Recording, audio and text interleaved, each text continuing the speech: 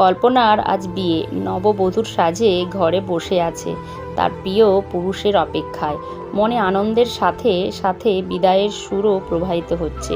শৈশবের নিশ্চিন্ত আস্তানা ছেড়ে এক অচেনা পরিবেশে, যেখানে সে প্রতি মুহূর্তে মিস করবে তার বাবাকে। সবাই যে তার কাছে সব। মাধ্যমিকের পর হঠাৎই তার মা মারা যান। সেই সময় থেকেই কল্পনার বাবা অনিমেষ বাবুই কল্পনার জীবনের সব কিছু। আজ সেই বাবাকে একলা রেখে সে চলে যাবে অন্য এক বাড়িতে। কল্পনার কয়েকজন বন্ধু গল্প করছে ওর সাথে। হঠাৎ অনিমেষ বাবু ঘরে এলেন। ওর বন্ধুরা বাইরে চলে গেল, কারণ অনিমেষ বাবু জানালেন তার মেয়ের সাথে কিছু কথা আছে। কল্পনাকে পাশে বসিয়ে একটি ছোট্ট ব্যাগ কল্পনার হাতে দিলেন। কল্পনা অবাক হয়ে জিজ্ঞেস করতেই উনি খুলতে বললেন। ব্যাগটা খুলতেই কল্পনা দেখে একটা চাবির গোছা।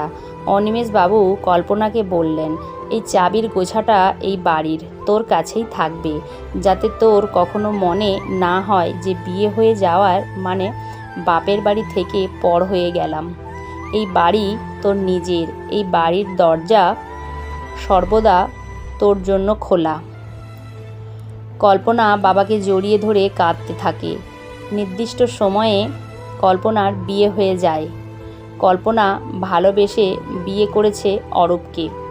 3 বছরের প্রেম, তারপর বিয়ে। কল্পনা ইংলিশে মাস্টার্স করে বিএড করে তারপর একটি স্কুলে টিচারি করত। বিএড করতে গিয়ে অরূপের সাথে আলাপ। অরূপও একটি স্কুলে লাইফ সায়েন্সের টিচার। কল্পনার শ্বশুর বাড়িতে কল্পনা, অরূপ, অরূপের মা ও অরূপের বিধবা পিসি থাকেন। অরূপের বাবা 2 বছর হলো মারা গেছেন। ছিমছাম ছোট্ট পরিবার। প্রথম দিন থেকেই অরূপের পিসি কল্পনাকে সহ্য করতে পারতেন না। অরূপের মায়েরও যে খুব পছন্দ ছিল তা নয়, কিন্তু ছেলের মুখের দিকে তাকিয়ে চুপ করে থাকেন। বাড়ির বউ শিক্ষিত, অর্থনৈতিকভাবে স্বাধীন, এটা ওনাদের খুব একটা ভালো লাগতো না। ছেলের বউ ঘরে বসে কাজ করবে, এটাই অরূপের পিসি চাইতেন। প্রতিদিন অরূপ ও কল্পনা সকাল 8:30 নাগাদ বেরিয়ে যেত, তাই সকালের রান্না অরূপের মা ও পিসি করতেন।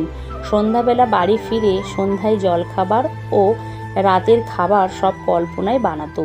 সারা দিনের ক্লান্ত বিধ্বস্ত শরীর নিয়েও হাসি মুখে সকলের জন্য রান্না করত কল্পনা। অরূপের থেকে কোনো রকম সাহায্য পায়নি সে কোনো দিন। তার জন্য অবশ্য কল্পনার কোনো অভিযোগও ছিল না। নানা রকম কাজের মধ্য দিয়ে পিসি শাশুড়ির মনের রাগ কল্পনার কাছে প্রকাশিত পেত। যেমন সকালে অনেক দিন খাবার পরিবেশনের সময় কল্পনার ভাগের মাছ সরিয়ে রেখে বলতেন, বাজার থেকে মাছের পিস কম এসেছে, তাই আমার ভাগটা কল্পনাকে দিয়েছি। কিন্তু কল্পনা বারণ করত আর মাছ ছাড়াই খেয়ে যেত। কখনো সব থেকে ছোট মাছের পিস কল্পনাকে দিত। ভাত ইচ্ছে করে কম দিয়ে বলতো, আর চালের মাপটা বুঝতে পারিনি। এই রকম করে কত কি। অরূপ মাঝে মাঝে প্রতিবাদ করলে পিসিকে সমর্থন করতেন শাশুড়ি, আর পিসি নিপুণ চোখের জলের অভিনয়ে নাকি কান্না কেঁদে অরূপকে বলতো, আমি তোর পিসি, দুঃখী বিধবা বলে আমাকে মিথ্যাবাদী ভাবছিস? অরূপ চুপ করে যেত, কিন্তু কল্পনা বুঝতে পারত সব। মাহারা কল্পনা মাতৃ স্নেহের স্বাদ পেতে চাইত। ছোট থেকে ও ভীষণ ভদ্র, শান্ত, মিষ্টি স্বভাবের মেয়ে, তাই সমস্ত অন্যায়কে চেপে দিয়ে হাসি মুখে মানিয়ে নিত। কিন্তু অন্যায় সহ্য করাও যে এক প্রকার অন্যায়, এবং সেটার পরিমাণ যে কত ভয়ঙ্কর হতে পারে সেটা কল্পনা স্বপ্নেও কল্পনা করতে পারেনি। এইভাবেই 1 বছর কেটে যায়। কল্পনা লক্ষ্য করত অরূপ কল্পনার প্রতি হওয়া প্রতিটা অন্যায়ের প্রতিবাদ তো দূরের কথা, উল্টে মা পিসিকে সমর্থন করে, মেনে নেওয়ার উপদেশ দিয়ে নিজেকে সরিয়ে নিত। মনে মনে কষ্ট পেত ভীষণ, ভালোবাসার মানুষটাকে এইভাবে বদলে যেতে।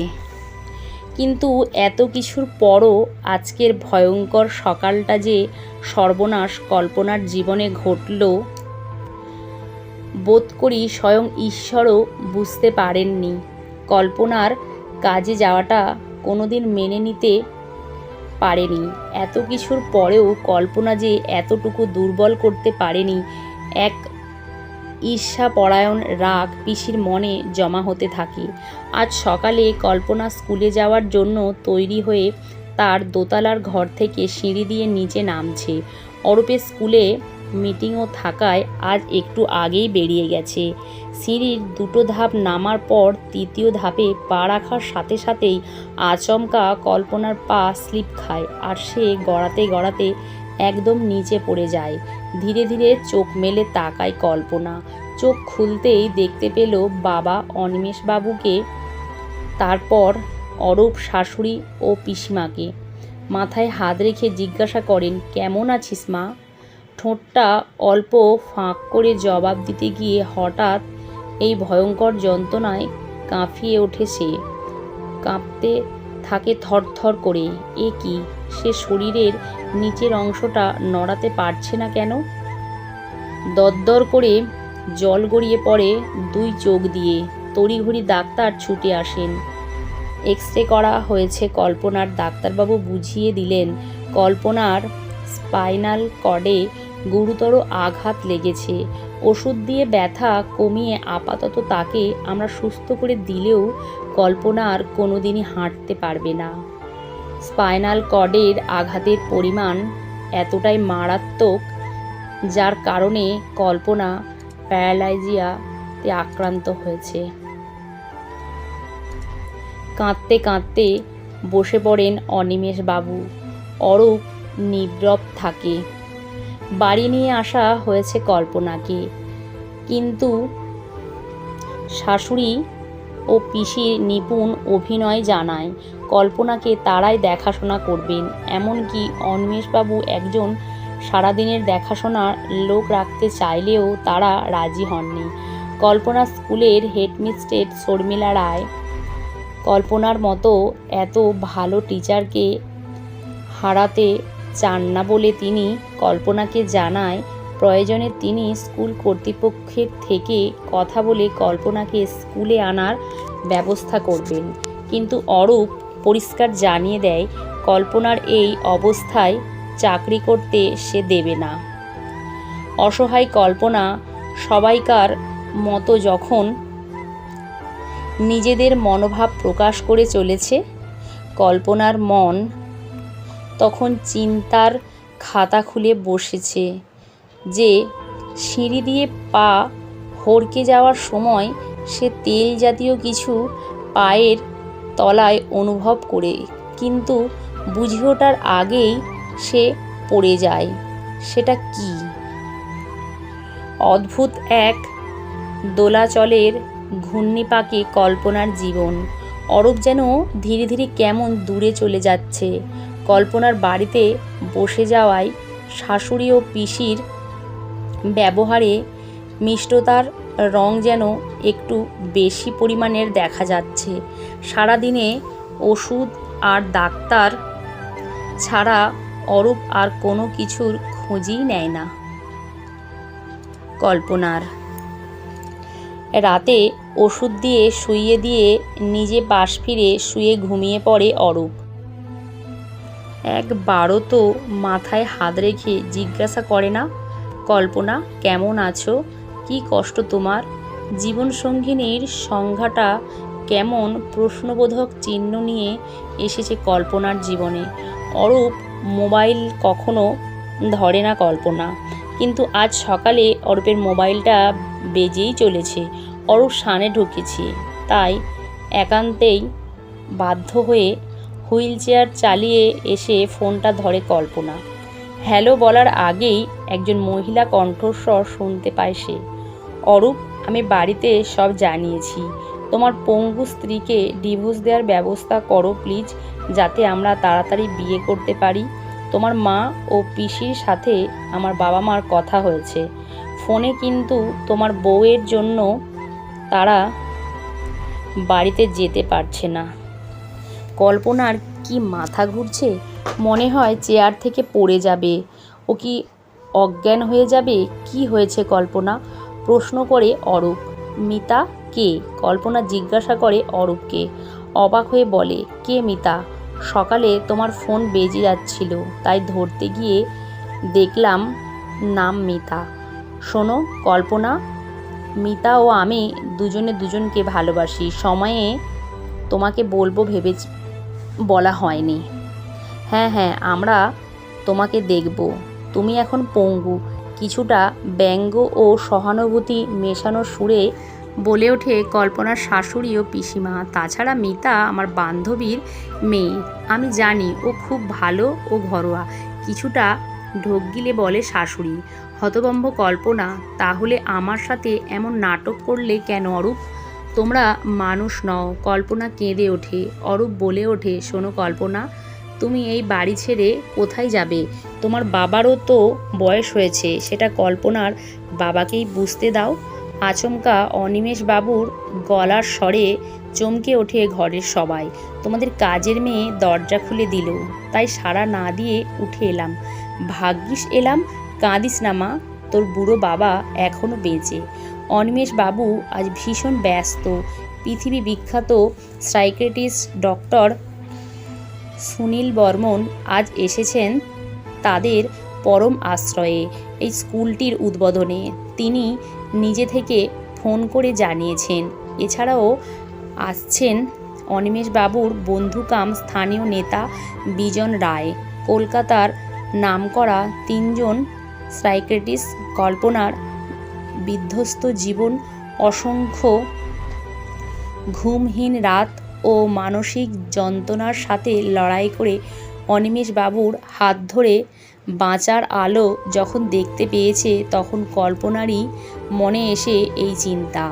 সে একদিন বাবাকে মনের কথা জানিয়ে বলে, বাবা, আমি এই লড়াইয়ের দিনগুলোতে নেট ঘেঁটে সোশ্যাল মিডিয়ার মাধ্যমে জেনেছি আমারই মতো শারীরিক প্রতিবন্ধী অনেক আছে, যাদের মধ্যে অনেকে মানসিকভাবে ধীরে ধীরে হতাশা ও ডিপ্রেশনের সঙ্গী হচ্ছে। আমি আমার সাধ্যমতো যতটা সম্ভব ওদের যতজনকে পারি এক নতুন আলোয় বাঁচার পথ দেখাতে চাই।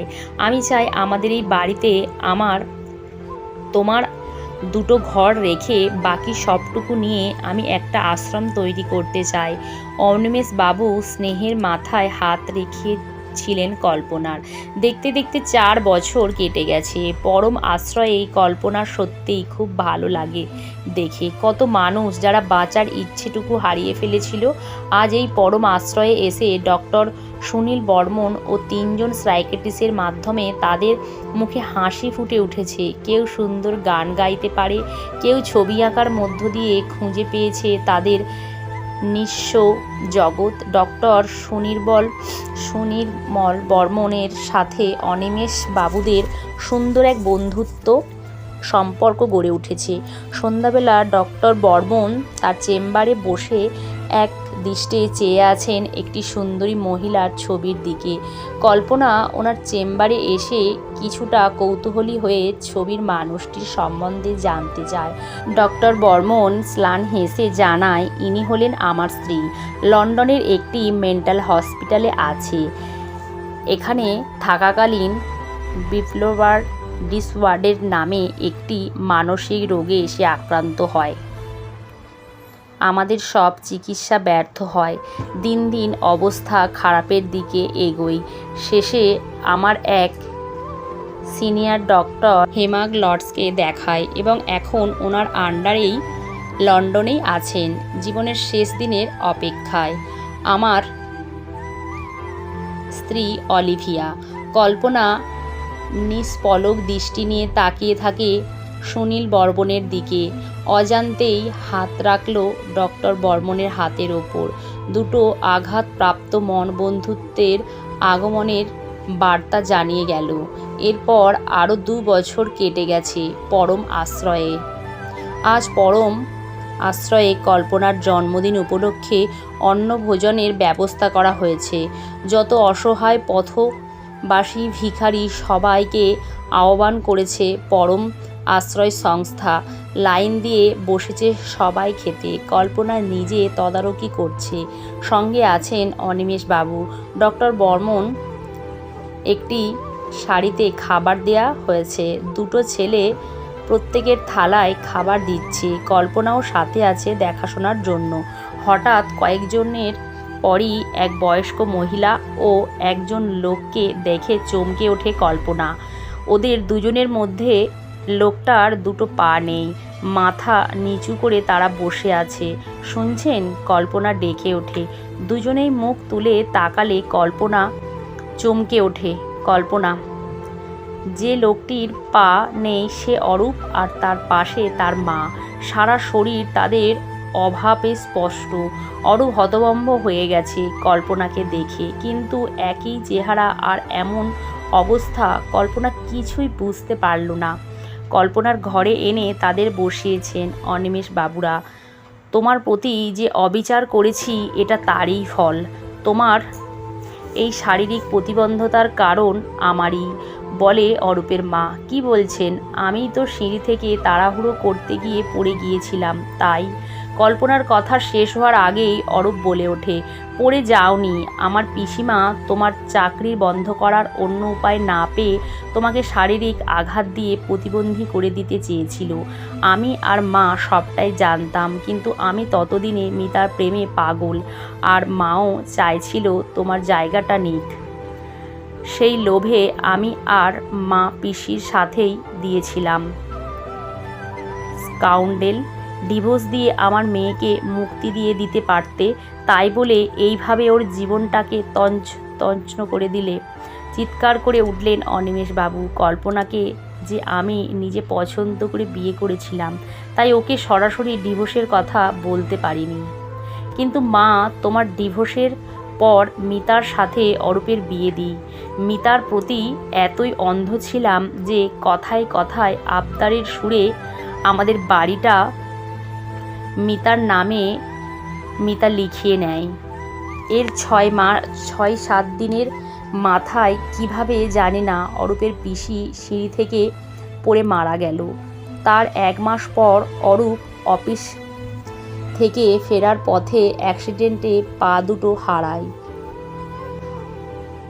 ওর স্কুলের চাকরি চলে যায়। এইদিকে হঠাৎই মিতা আর ওর বাবা মা আমাদের দুজনকে বাড়ি থেকে তাড়িয়ে দেয়, বলে অরূপের মা। থানায় যাননি কেন? প্রশ্ন করে কল্পনা। মিতার বাবা কর্পোরেশনের চেয়ারম্যান, থানা পুলিশ সবই তাদের যে। থানা জানায় অরূপ। হালকা শীতের বিকেল। কল্পনা হুইলচেয়ারে বসে বাগানের ফুলগুলো দেখছে। দূরে অরূপ হুইলচেয়ারে বসে। তার ক্রাচ দুটোর বদলে পরম আশ্রয় থেকে হুইলচেয়ার দেয়া হয়েছে। পরম আশ্রয়ে এখন অরূপ, তার আর মা। না, কল্পনা ওদের মতো নির্মম হতে পারেনি। অরূপ হুইলচেয়ার নিয়ে এগিয়ে গেল কল্পনার দিকে। এত অমানবিক ঘটনা শুনেও কল্পনা কত প্রতিক্রিয়া জানালো না কেন? অবাক করছে অরূপকে। কিন্তু কল্পনার একদম কাছে যাওয়ার আগেই দেখল ডক্টর বর্মন একটা চাদর এনে পরম আদরে, ভালোবাসায় ও যত্নে কল্পনার গায়ে জড়িয়ে দিল। অরূপ দেখছে পড়ন্ত বিকেলের রোদে আলো। ডক্টর বর্মনও কল্পনার মুখ স্পর্শ করে যাচ্ছে। কল্পনার কাঁধে রাখা ডক্টর বর্মনের হাতের ওপর হাত রেখেছে কল্পনা। অরূপ দেখছে বিশ্বাসের চাদরে মোড়া এক আন্তরিক মমতায়, ভালোবাসায়, বন্ধুত্বের আলিঙ্গনে। আজ অবধি কল্পনা ও ডক্টর সুনীল বর্মন। অরূপ বুঝল তার জীবনের একমাত্র সঙ্গী আজ থেকে এই হুইলচেয়ার।